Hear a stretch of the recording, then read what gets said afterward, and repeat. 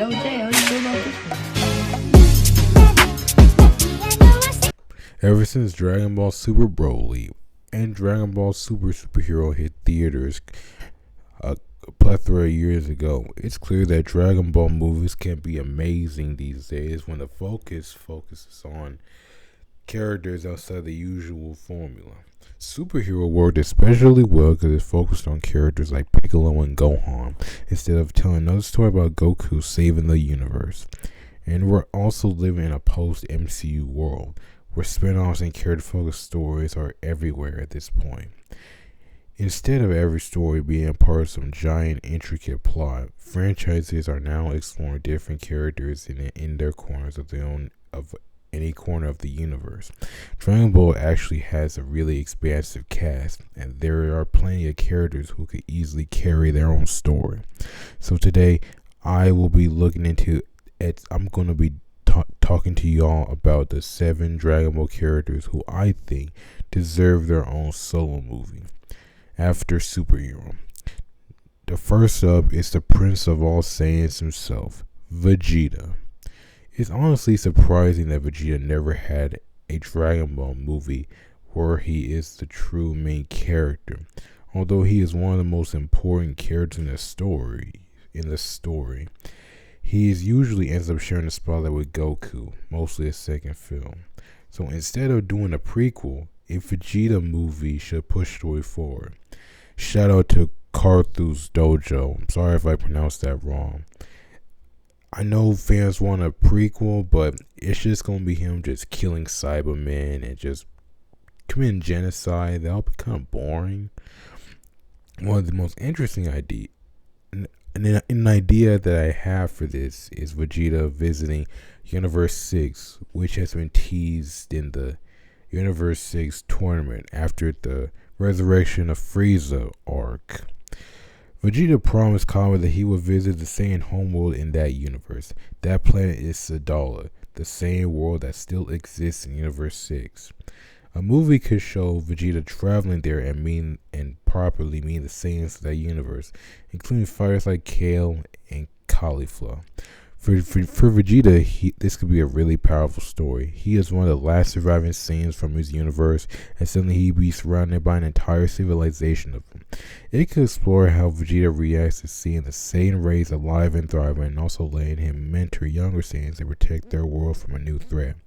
And honestly, it feels like a perfect setup for a Vegeta-focused Dragon Ball movie. Number 2. Next up are the characters who can represent Dragon Ball's future, Goten and Trunks. For a long time, these characters are mostly been used for jokes or quick fusion moments, but in Dragon Ball Super, that still technically follows. We finally see them as teenagers, which opens the door for more future stories.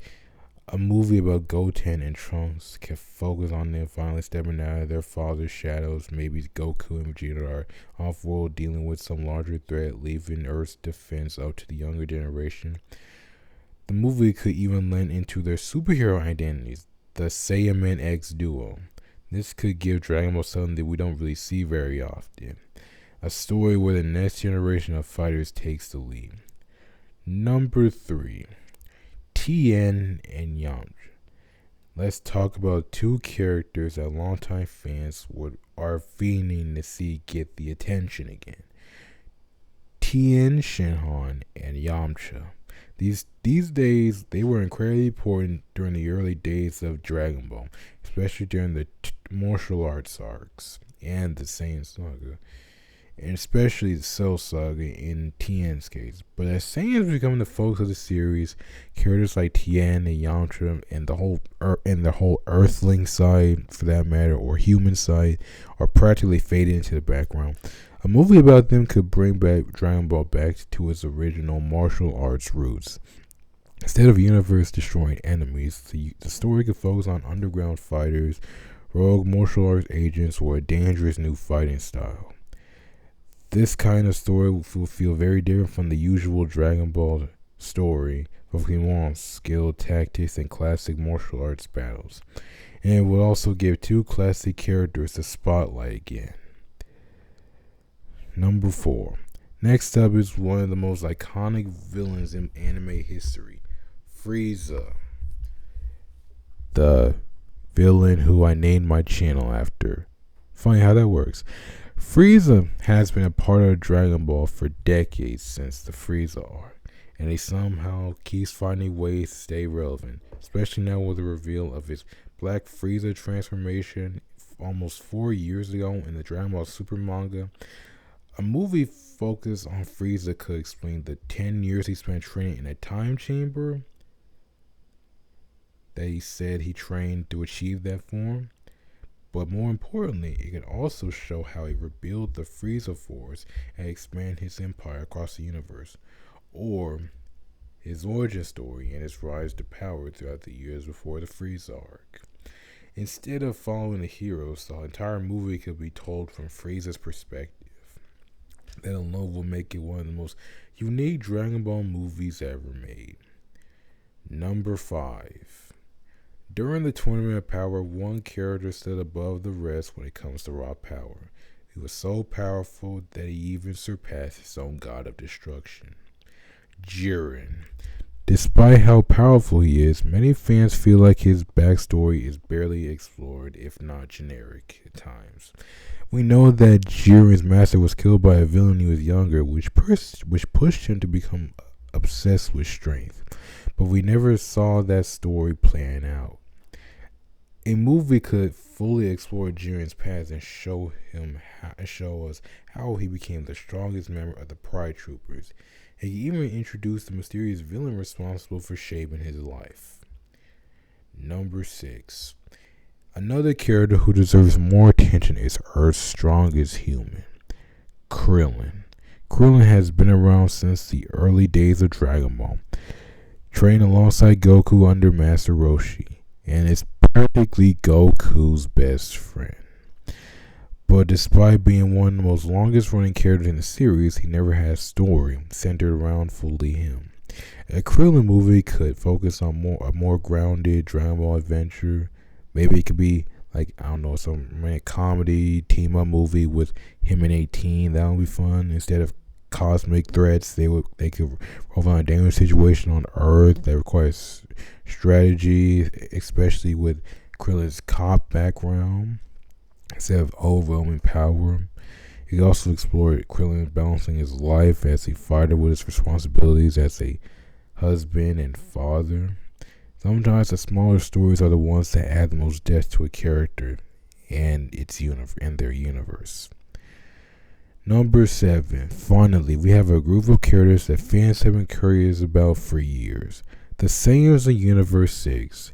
Characters like Caulifla, Kale, and Cabba introduce us to a completely different version of Saiyan culture.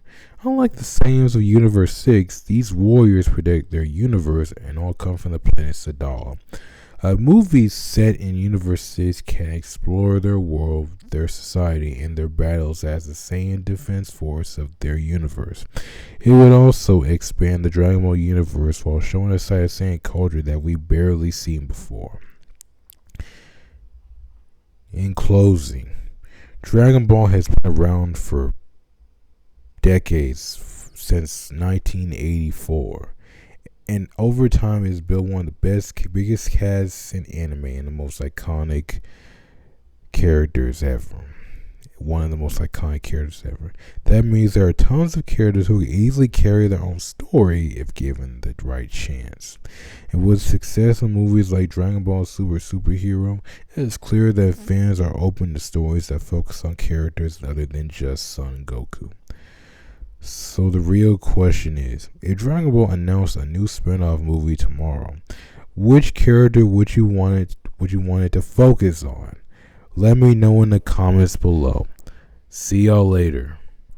Before we wrap up, there are like 2 other Dragon Ball characters who I think should also carry their own movie.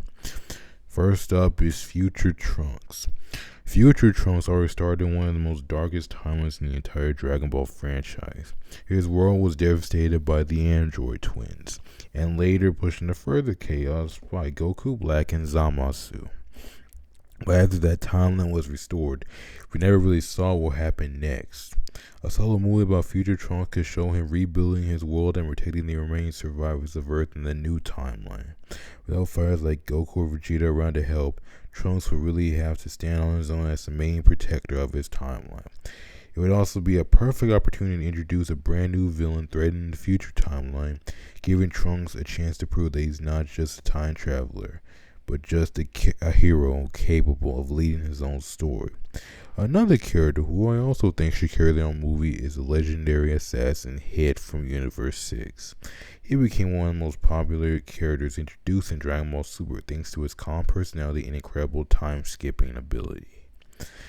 A movie centered around Hit could explore the darker side of the Dragon Ball universe. Instead of tournaments or world-ending battles, the story could follow Hit on one of his most dangerous assassination contracts. Maybe he's hired to eliminate a powerful target somewhere in the universe, only to discover that the mission is part of a much larger conspiracy. That kind of story would give Dragon Ball something we rarely see, a more stealth-focused and more serious and mysterious version of an adventure set around one of the most coolest fighters in the multiverse. And honestly, both these characters feel like they have the potential to lead their own movie. There is another question on my mind right now. Will Dragon Ball as a franchise ever die?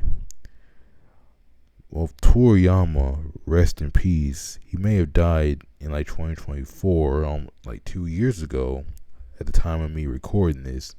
Fans debating whether it's good if it just ends after the Dragon Ball Super manga ends, or just continue entirely. For me, it's somewhere in the middle.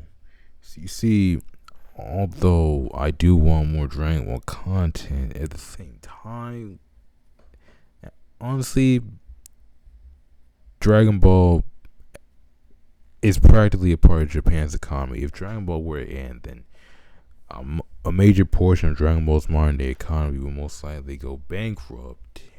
And knowing how lucrative a franchise it is, hell, they're even in Fortnite now.